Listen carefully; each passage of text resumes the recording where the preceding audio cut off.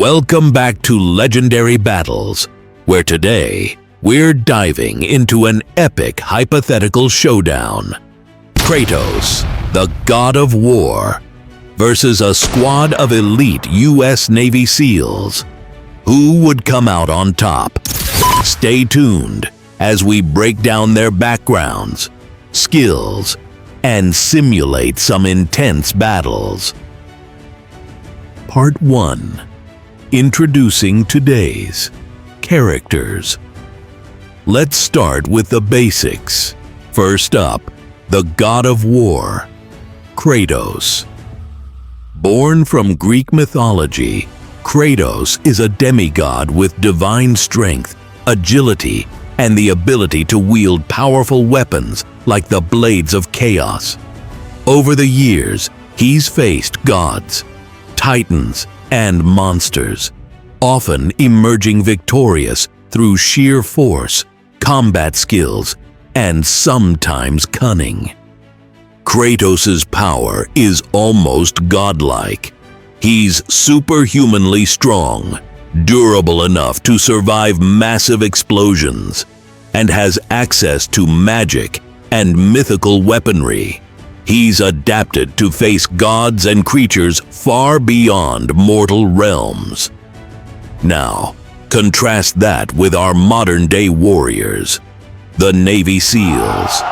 These elite soldiers are trained for high-stakes combat, from underwater infiltration to direct assault. They've undergone rigorous physical training, tactics, and survival skills to operate in some of the most dangerous environments on Earth. The Navy SEALs are masters of strategy, intelligence, and combined arms tactics.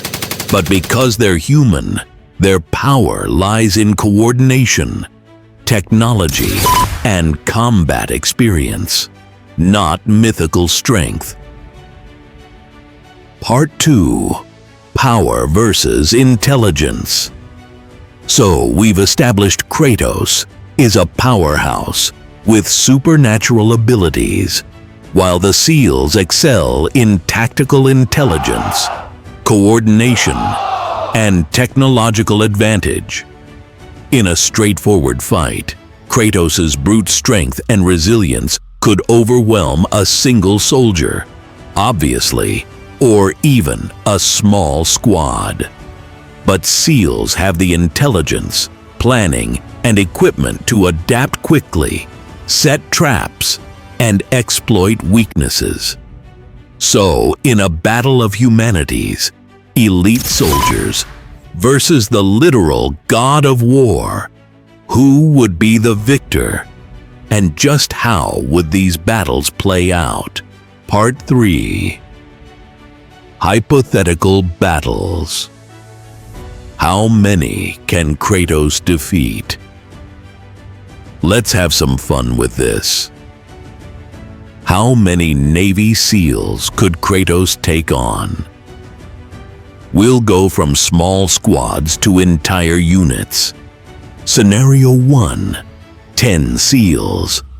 Against a small squad, say 10 SEALs, Kratos might be able to pick them off one by one, especially if they're caught off guard.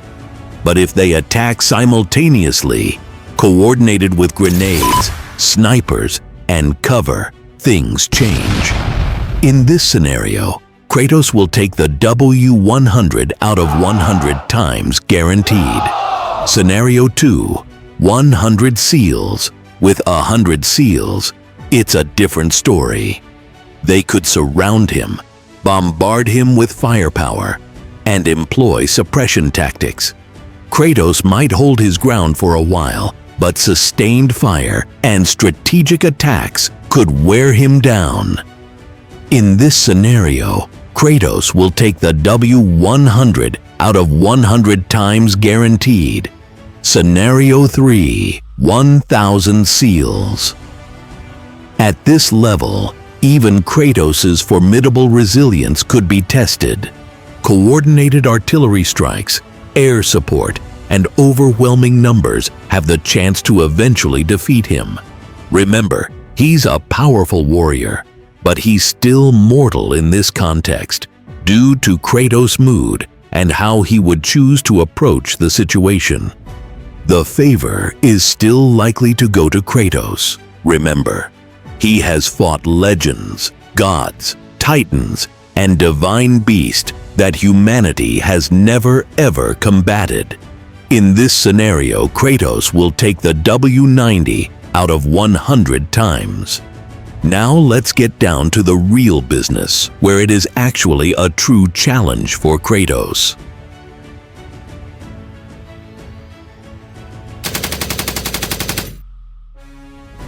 Now, picture this. Tens of thousands of military personnel from all branches, naval, air force, special operations, and ground forces, converging on a single battleground. It's an all-out war, with layered attacks coming from every direction. Scenario 4. Beyond 10,000 seals, the war of attrition. In this scale, Kratos faces an onslaught that's difficult to comprehend. The combined might of modern military technology, surgical airstrikes, missile barrages, drone surveillance, and precision artillery would be unleashed. Kratos, who's shown resilience and combat prowess against gods and titans, would still be a formidable foe. Powered by divine strength, fighting with his iconic blades of chaos, and able to shrug off small arms fire and even some explosives. But even for him, there's a limit. Let's consider the tactics. The military would employ a multi-layered approach, encircling him with ground units, advancing from multiple directions, supported by air cover and naval bombardments. Strategically, they'd use suppression fire, artillery shells aimed to pin him down, and coordinated strikes from multiple units, snipers, drone-guided missiles, and attack helicopters, targeting his vital points. As the battle rages, Kratos would exhibit his incredible strength, clashing with tanks, destroying structures, tearing through enemy ranks with ferocity. Yet the enemy's overwhelming numbers and firepower would pose a serious threat. Imagine thousands of soldiers firing at him from every side, trying to hit weak spots or incapacitate him with coordinated fire.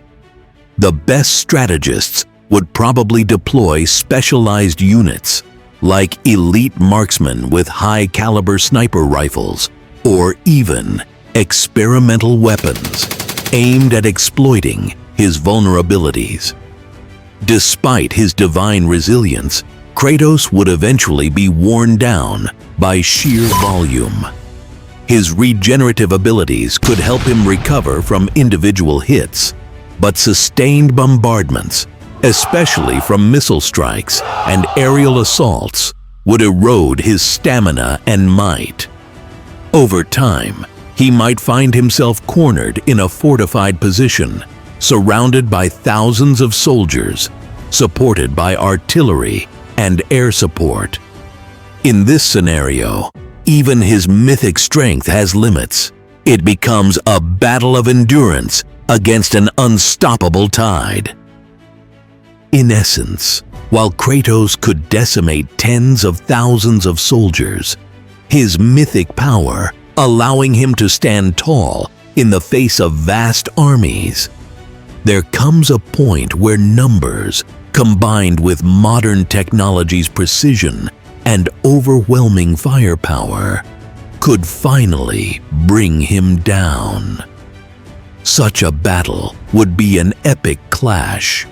Myth against machinery, divine fury against human ingenuity.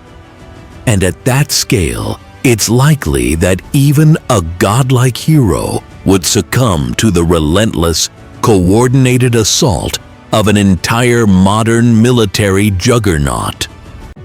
Kratos may win this fight more than half the time if the number of the US military is around 10,000 to 50,000. However, he would eventually lose due to volume and sustained damage. So, in this universe of endless possibilities, Kratos might be virtually unstoppable in direct combat, but ultimately overwhelmed by the sheer scale and diversity of modern warfare at its extreme. What do you think? Could Kratos hold out longer? Or would the modern armies find a way to finally bring him down? Drop your thoughts below, and don't forget to subscribe for more deep dives into epic battles, mythical, military, or otherwise.